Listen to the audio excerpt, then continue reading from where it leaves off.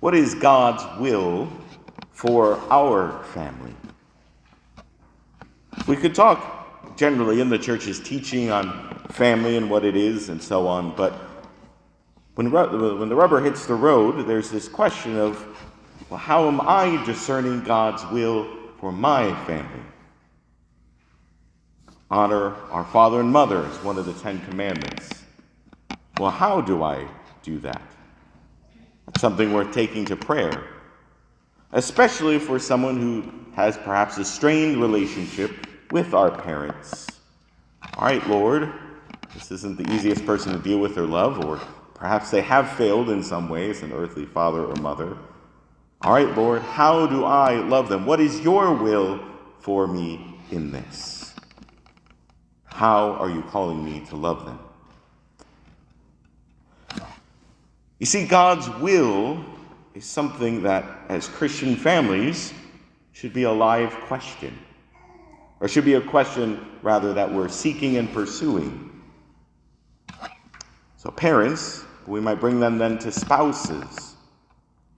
God, how are you calling me to love this person who I have vowed myself to? And especially seeking that when things don't go as we expect.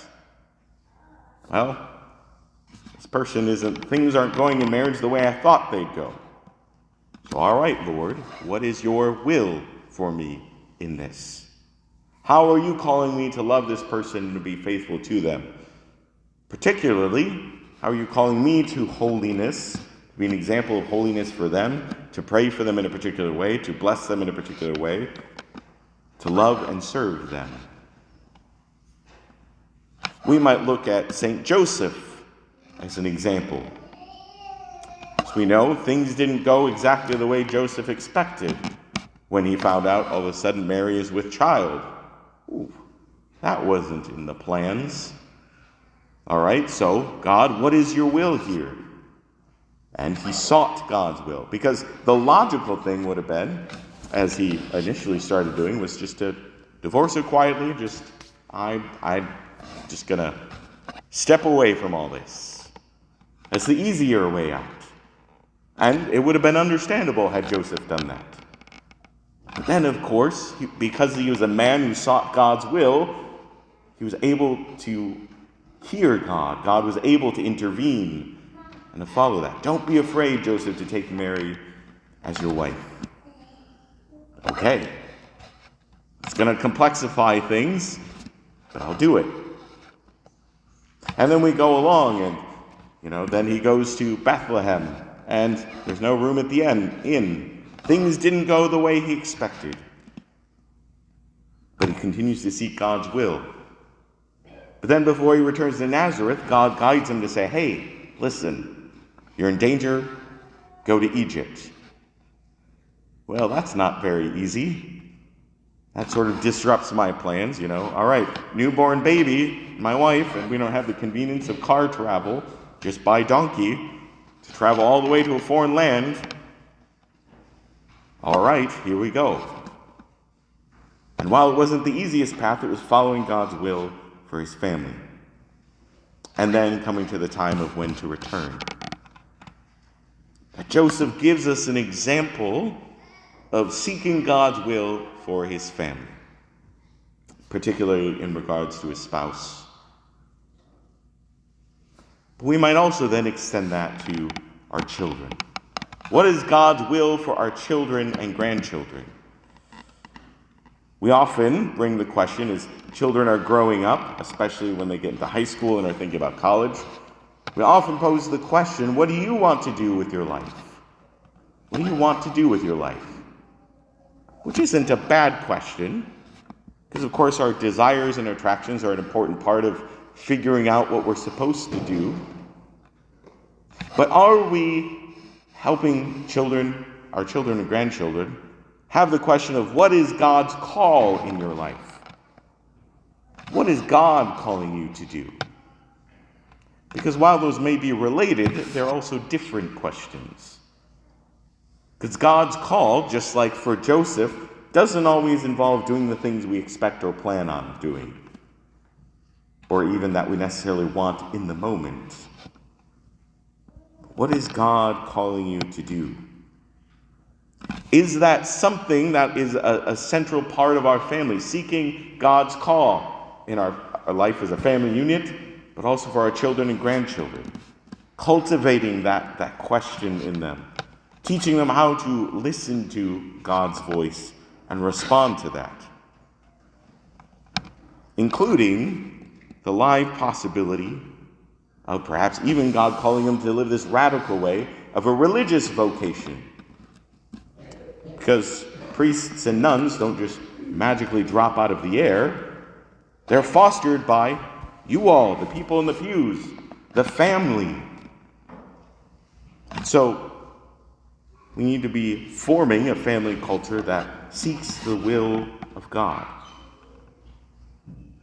But sometimes families can be resistant in perhaps allowing their children to religious vocations, even good, faithful Catholic families. I've known faithful Catholic parents whose children became seminarians, priests, or nuns, and it was challenging for them. Yes, even though they believe in their Catholic faith, there were certain things they were having a hard time letting go of. That perhaps their own hopes and dreams that they're clinging to for their children and their grandchildren, or the possibility of grandchildren. That sometimes our own hopes and dreams and what we desire for our children can sometimes become an obstacle to God. Our fear of allowing them to face adversity. Every vocation has its unique challenges that come with it. And sometimes there's the instinct to try and shelter our children from all challenges and adversity, and so we think we want to send them down the path that seems like it would be less challenging. But that's not always what God's calling them to do. Rather, what is God's call? And we should be equipping them to follow God and surrender to that even when it's difficult and challenging, to take up their cross and follow after the Lord. But sometimes that can be an obstacle. I know even in my own life sometimes there was, when I was in seminary wasn't always easy. There were difficult days and challenges and questions that one had to wrestle with, and it was sometimes difficult to talk to, particularly my mother, about some of these things, because she would see I'm unhappy and doesn't want her child to be unhappy, on those rough days. And so, well, maybe you're not called to this. Well, maybe I am, and it's just a rough day, So we're responding to God's call. Or a fear of just letting our children go entirely. That sometimes it involves allowing their child and following God's call. It may lead them further away from their parents. If they're called to be a missionary or a priest or be a nun somewhere else, farther away, where there may be limited contact, that can be challenging for parents. But that the will of God runs deeper, is more important than even our own sentimental, emotional attachments. We have examples of that today. Hannah, we hear about, and the birth of Samuel. That what did she do? She surrendered her child over to the Lord. She gave him over to be at service of the Lord. And that allowed all sorts of events and the work of God to unfold. Because as prophet Samuel, it was through him that David was anointed king, that the Davidic kingdom was established, that God made a covenant with David about that one of his successors, the son of David, would be the Messiah, and thus Jesus. All these important and vital aspects of salvation history were able to come about because there was a mother who surrendered her child to the Lord. And the backstory, by the way, of that is Hannah struggled to conceive for a long time. So finally, when she was blessed with a child, one would think her instinct would be to cling to hold to her child to herself, to keep him as close as possible. And yes, she probably had to wrestle with that, but rather she sought, Lord, what is your will for my child? Here you go. Mary and Joseph had to go through that as well. Jesus, here he is, of course, in the temple, and they find him. I have to be about my Father's business. And Mary had to ponder those things in her heart, to recognize he's not just my child, but he's called from this special mission for God. That at the end of the day, our children and grandchildren aren't merely our own, but ultimately belong to God the Father. How are we forming that? How are we forming our children to seek God's call in their life? To respond to that. What is God's will for ourselves, for our spouses, for how we care for our parents and love our parents, and what is God's will for our children and grandchildren? To allow God's call to be the center of our families, to be the guiding and ordering force in our families. This is what Holy Family held up before us today reminds us of. May God's will be done in our families. Amen.